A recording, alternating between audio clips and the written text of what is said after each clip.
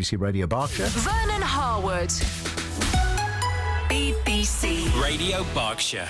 Now, let's talk about something really worrying, and it's getting much worse. Certainly in London it is. Up to 80,000 mobile phones were stolen in London streets and on the transport network last year. That's according to the Met. Now the BBC programme File on 4 Investigates has been investigating how gangs are targeting victims and locking their phones. Adrian Goldberg's been looking into it, and he told us more about what he'd learned. As part of my investigation for File on 4 Investigates, I spoke to an active criminal who met me along the banks of the Thames in London. He warned me we were being watched. The gang middleman explained how his team sometimes looked over victims' shoulders, watching out for PIN numbers and tried to snatch their phones when they were unlocked. That's because the handset isn't the only target. It's access to the bank accounts or crypto wallets stored on the phones that may be more lucrative. He said his team competed to see who could be quickest to get into the apps and move money out of the victim's account. The criminal told me his team would have crypto accounts set up and waiting, often abroad, to bounce money through quickly, then out beyond the reach of the British legal system. The Treasury told us it's bringing forward legislation this year to create a comprehensive regulatory regime for crypto assets in the UK. Adrian Goldberg. Well, let's hear from a victim, Christian. He lost £40,000, £40,000 in crypto after having his phone snatched whilst walking in London last month. I kind of had a feeling that, something could happen when my phone was taken, because it was taken in an unlocked state. And if you give an unlocked phone to someone who knows what they're doing, there's very little that they can't do. So the big question, why are criminals chasing our data and what can be done to protect ourselves? Professor Kevin Curran is Professor of Cybersecurity at Ulster University. What are they up to? Why are they doing it? Obviously, they're trying to resell these phones. The latest iPhone Pro, the top model, is worth £2,000. So there's a big resale market. And they've had it their own way for many years, the phone thieves, because again, even if you can't get into the phone, which modern phones are generally locked now, you could resell the parts.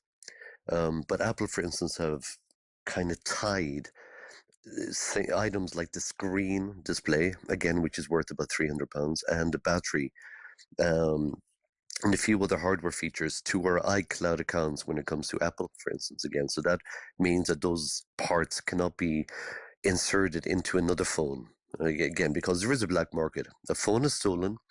Generally, it gets released, it gets shipped to places like Hong Kong, China, the Middle East as well. So these countries, again, regions where the network carriers don't enforce the rules as vigorously as we do in the UK. So again, a lot of stolen phones can be used in these countries where the networks allow them to be used again. But parts are valuable, and of course the phone, if you can unlock it.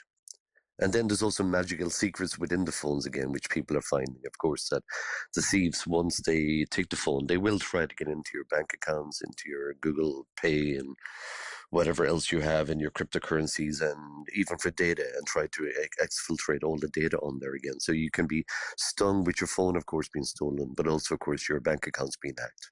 They are pretty brazen, these thieves. What can we do? Can we do anything to protect ourselves?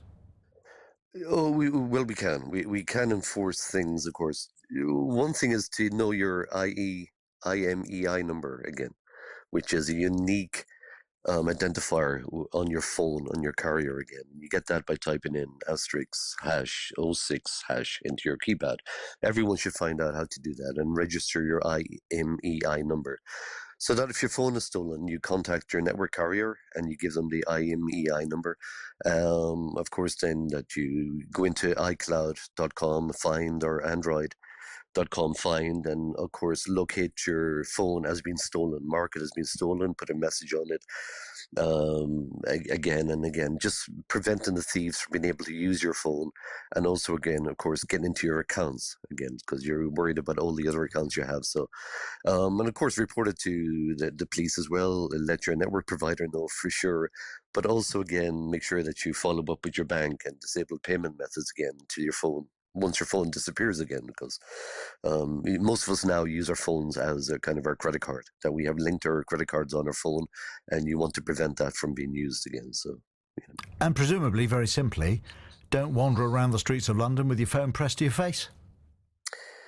Yeah, in the ideal world, you'll never take your phone out of your pocket again. But of course, we use it so much for navigation nowadays. You know, I mean, most of us are walking around cities again with our phone, with the maps open again. But yes, in the ideal world, be aware, you know, have some kind of something linking it to yourself. But it's usually in moments that we're least expecting.